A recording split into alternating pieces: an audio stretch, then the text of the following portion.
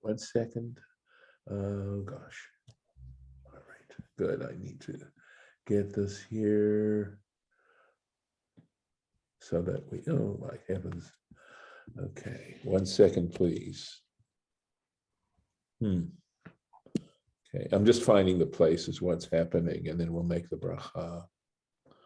Okay, just so that when I want to go to screen share, we'll go right to it. All right. Baruch atah Adonai Eloheinu melech haolam asher kitshanu b'mitzvotav v'tzivanu la'asok b'divrei Torah. Amen. So now we are going to actually go right ahead with this. So we actually looked at this, right? We looked at the fact that Moses, I can go over this one more time. Vayitzav Moshe v'ziknei Yisrael et ha'am lemor. Moses and the elders of Israel commanded the people, saying, Shamor et kol hamitzvah, observe, guard, right? This entire mitzvah, asher anochi metzaveh etchem hayom, which I command you today. V'haya bayom hasher ta'avru et hayarden, and it shall be that on the day that you cross over the Jordan, el haaretz, asher Hashem Elokecha noten lach, to the land which the Lord your God is giving you, v'hakemota lacha avenim gdolot, you shall set up large stones, v'sadata otam besid, and you shall plaster them with lime. We did the Rashi on the first verse, so I'm going to go right to the second verse. Right, you shall set up. This is actually a very interesting Rashi because it's not something that you easily get from the text, as you'll see, right?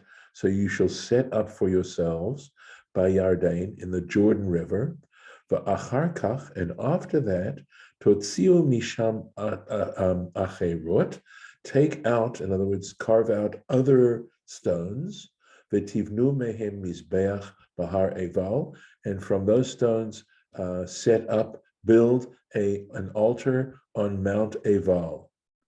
Nimtzeit ata omer shlosha mine avanim hayu. So from all of this, you can derive that there were 3 types of stones, not necessarily different, granite, marble, or something. It's not that what I think it's talking about. I think it's talking about stones for a particular purpose. Shtei Misrei b'Yarden, 12 in the Jordan, ukenegdan begalgal, and again to correspond to them in Gilgal, ukenegdan bahar Eval, and again corresponding to them on Mount Eval, kedeita b'mesechet Sota, as we find in the tractate Sota. So this commandment that we're reading about actually had 2 more occurrences of this similar setting up these large stones, and to be able to put on them the words that he's going to refer to in a moment, right? So here we go. V'chatavta alehem, and you shall inscribe on them, you shall write on them, et kol divrei haTorah hazot ba'ovrecha, and you shall write upon them all the words of this Torah as you cross over. Leman, in order that asher Tavo el haaretz, you shall come into the land, asher Adonai Elohecha noten lecha. Notice, by the way, the repetition of this idea, right? Which the Lord your God is giving to you. And again, I think the emphasis, right? The fact that this is repeated so many times, at least twice that we've identified right now, is to understand that we are not simply entitled to it. It is something that God is giving us, and we should recognize how this ultimately, how the land of Israel is something that comes from a divine source, right? We ourselves don't have ownership. We only have it because God has given it to us. And that creates, of course, a whole dynamic of how you live in that land, the kind of life you're supposed to have in that land. And clearly, right, starts all off from a sense of appreciation, right? That the Torah is trying to build in us that sense of appreciation. Eretz Zavat Chalav Udvash, a land flowing with milk and honey. And my understanding, of course, is that it is a metaphor, right? So chalav has to do with like cream, right? That kind of thing. But also perhaps, I don't know if back then they saw milk as being like a complete food or something like the physical food. Dvash, sweetness, right? And not just existence, but a sweet existence, a lovely existence. Ka'asher dibar Hashem Eloheh avotecha alach. As the Lord, as the Lord, the God of your ancestors, fathers, patriarchs, spoke to you, or spoke about you, something like that. No Rashi until 8. Okay, so I actually have, I'm looking to see, let me see, maybe back here, I had a Torah T'mimah. Maybe it's on the next page, because it says the words of this Torah. So let me keep going. Oh, there it is. Okay. So we'll keep going, because that Torah T'mimah refers to the next verse, and we'll go to this here. All right. So, okay. Uvanita sham mizbeach, and you shall build there an altar, right? Remember, Rashi made a reference to that, right? L'Hashem Elokecha, to the Lord your God. Mizbach avanim, an altar of stones. Lo tanif alehem barzel, you shall not wield upon them, the stones, right? Iron, metal, because metal, of course, as I'm sure you all know, is symbolic of war. So interesting, right? To maybe meditate a little bit about the significance of the fact that the altar cannot have any implication of warfare, right? Of human beings attacking each other, killing each other. So specifically, it's about warfare. It doesn't look like there's Rashi on that either, right? Avanim shleimot tivneh. So just to make this even clearer, the Torah says this in a different way. Whole shleimot, whole stones you shall build, or with whole stones you shall build, right? I'm just putting in some words there. Et mizbach Hashem Elokecha, the altar of the Lord your God. And I'm wondering, even though we're talking about this particular altar, I'm wondering if this is referring to any stone altar, that this repetition is the suggestion that whenever a stone altar was to be built, you weren't to put metal to carve the stones in any way. Ve'ha'alita alav olot l'Hashem Elokecha, and you shall place upon it, take up olot, right, whole offerings to the Lord your God, dedicated to the Lord your God. So we can, again, sort of standing back a little bit, what's going on here, right? We're talking about the Torah, right? The words of the Torah on stone, right? What's the significance, right? That they're on stone, and the symbolism of stone, right? And then this altar giving whole offerings to God. There's a tremendous amount of gratitude, all part of it put together, right? As to how we carry this in our hearts, right? And can today. V'zavachta shlamim, and you shall also slaughter, right? Shlamim, peace offerings, if we want to call it that. V'achalta sham, and there you shall eat, because we know with olot, the only part of it that isn't burned totally is the hide of the animal. I've mentioned this a number of times now, which went to the priest who brought the offering, but otherwise none of it was consumed by human beings. However, with shlamim, and one of the reasons they're called shlamim is because part of it went on the altar, part of it went to the priests, was consumed by priests, and part of it went to the family that brought it, so that everybody had a part of it. And that's the kind of shleimut we're talking about, right? We talk about the meaning of peace being wholeness. Wholeness. That's, again, the very dynamic going on here is something to meditate a little bit about. There's a lot, actually, to think about. The samachta, and you shall rejoice, lifnei Hashem Elokecha, before the Lord your God, right? So what are we looking for, right? The gratitude, the recognition, the sense of what we're being given, the gift that we're being given is supposed to, again, elicit joy within our hearts. V'chatavta alahem, and now going back to these stones, you shall inscribe, you shall write on these stones, on the stones, et kol divrei haTorah hazot, all the words of this Torah, ba'er hei'tev, in a clear explanation, I suppose I might translate it. So Rashi does talk about, what do we mean? What's this additional phrase here, ba'er hei'tev?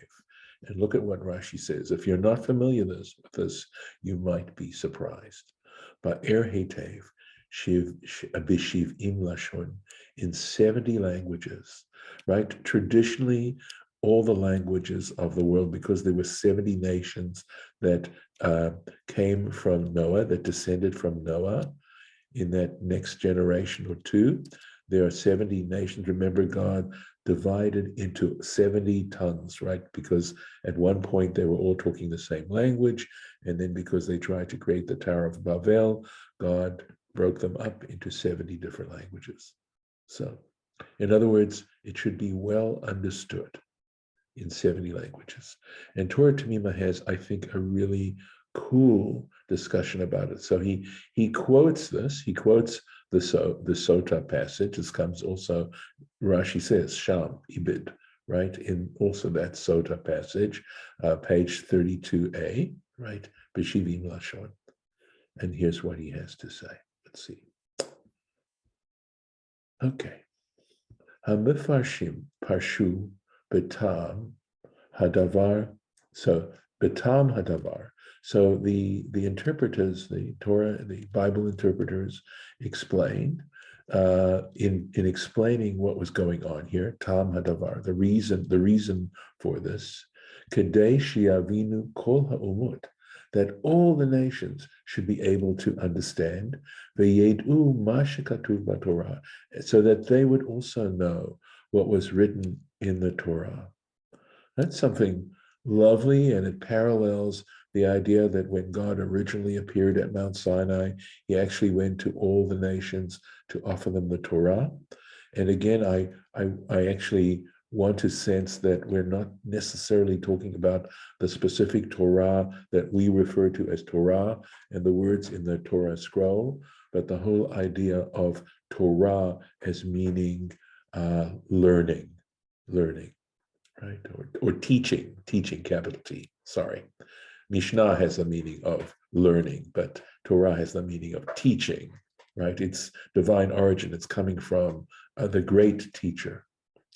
The Kfar Tarchu, and already they tried, Amalu, they worked very hard. They tried very, very hard.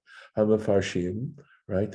Those interpreters, the Faresh Hadavar Kipshuto, to explain this according to its simple meaning. Shahaita kola Torah kula ktuva al ha'avanim, right? That the entire Torah, every bit from Bereshit to Yisrael, right, to Zot HaBracha, from the first word to the last, was written. The entire Torah was written al ha'avanim, on these stones. Mu'uteket b'shiv'im lashon, and also these 70 languages, the entire Torah. So we've got 71 versions of the entire Torah written on these stones, right? Asher zeh davar shelo yishuar. You can't even, can you imagine what these stones had to look like if in fact they had the entire Sefer Torah, all the words of the Sefer Torah written on these stones in 71 versions?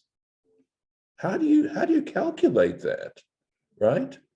V'lachen karov lomar. So he says in some ways it makes more sense, right? It makes more sense. The rak aseret hadibrot hayu ktuvim alehem. That what we're talking about is the 10 Commandments. Rabbi, Yes. I'm sorry. Why do you keep saying 71 instead of 70? Well, I guess because I thought there were maybe it was 70. I'm thinking of Hebrew and another 70 languages. That's why I'm saying 71. That's So what I thought maybe, but it only says 70, so right. I Yeah, wasn't sure. yeah, but and maybe that's what it means. There's a question of whether the Sanhedrin, the great Sanhedrin, was 70 or 71. So it would have an odd number. Okay. But either way, we're still talking about a huge number of translations of the Torah written on these stones. And he says, you can't even calculate what we're looking at, right? And he's come to the conclusion that we must really be talking about, when it says Kol Torah, that we're really talking about the 10 Commandments. Ukesamach ra'aya ladavar. And he says he has something of a proof, right? He's not saying it's compelling, but he says it's supportive, right? There's a supportive proof to this. If shar lahasmich milashon, that one can actually bring this to bear, milashon et divrei haTorah, right? From the language that they use in the verse, et divrei haTorah, at the words of the Torah, that it uses this divrei haTorah. Ve'im haita hakavana al kol haTorah, and were this verse really talking about the entire Torah, lo hava le'lemar, it wouldn't have needed to say et divrei. It wouldn't have needed to use the term divrei. That this word divrei would be unnecessary if it was referring to the entire Torah. It would have just said ela et haTorah. It just would have said the Torah. Write the Torah on the 70 stones and on the 12 stones and 70 languages. Right? Don't need the word divrei. Uchamo beperek vayelech, and likewise Parshat Vayelech, in the Parsha coming up, by the way, of Vayelech, Vayichtov Moshe et haTorah. It doesn't say divrei haTorah. Moses wrote the Torah, meaning the entire Torah. So he's saying the language itself lends credence to the idea that we're just talking about the 10 Commandments. Uve'echad ha'amarim shekatavnu v'chikrei lashon hakodesh. And he says in one of the articles that we wrote, referring, of course, to himself, right, in examining, right, in researching out lashon hakodesh, Hebrew, the Hebrew language, Safa LaNe'emanim. This is the name of the book that he wrote. Again, the amount of work that these people did, that Baruch haLevi Epstein did, is just staggering as far as I'm concerned. The output, right? The book is called Safa LaNe'emanim, Language for the Faithful. And it's in Varsha. It was published in Warsaw, and this is 5653. In other words, back in 1892, I think is that's the corresponding year. Katavnu, we wrote, Bichlal inyan drasha zo, we wrote in regards to this particular interpretation, this drash, ra'ayon muskal, an informed proof. Okay, so point made. Omnam, however, lulei divrei hamafarshim, right? Given the words of the interpreters, haya efshar lefaresh lashon b'shivin lashon.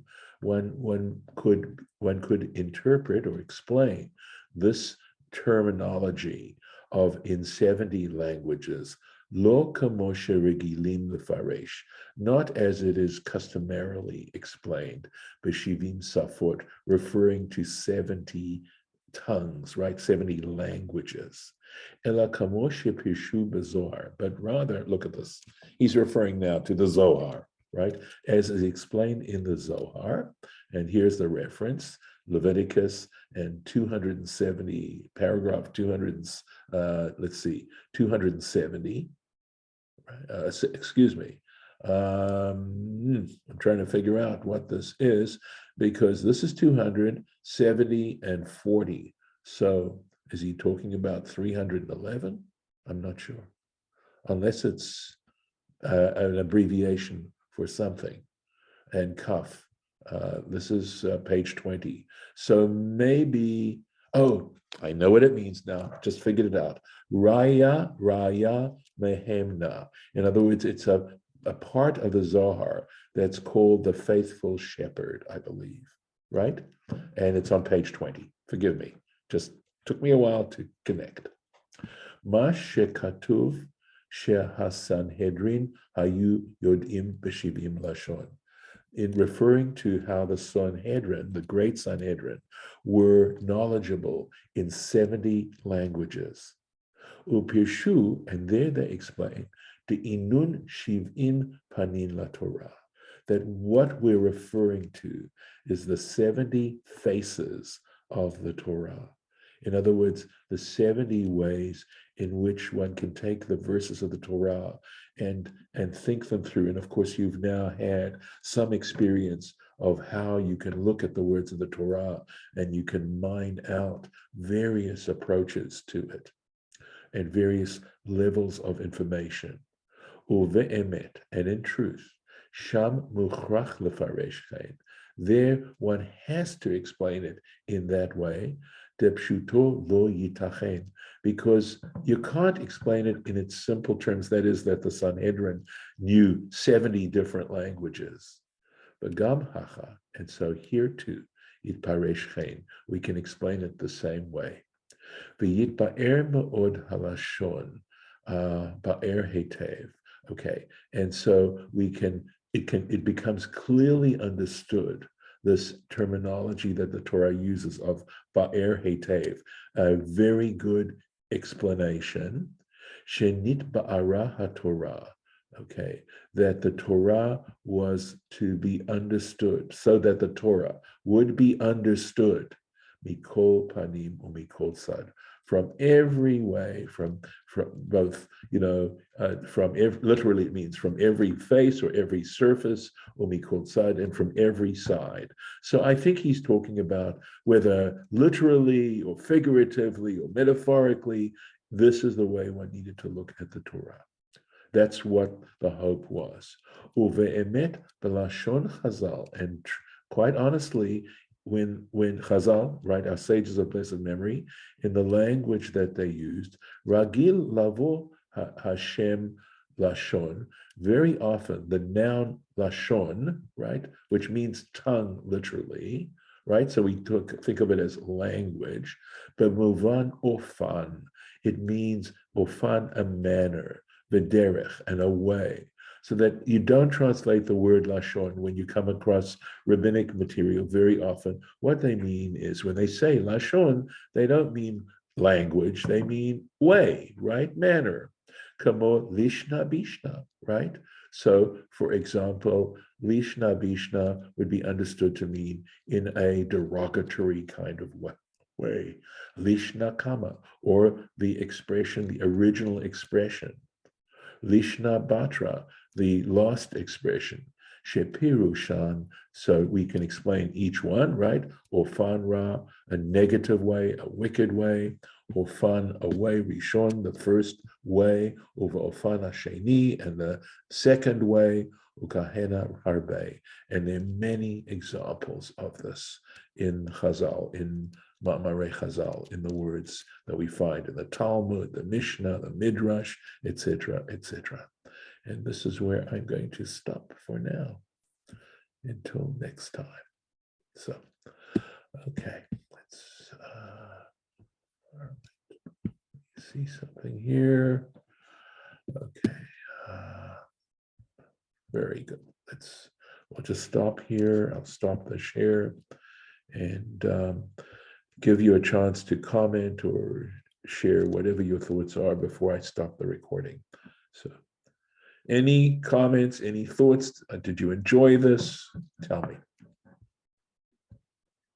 Wow. Silence, stunned silence. Okay, let me stop The the only comment I have, Rabbi, is that when I was younger, I was so busy following success.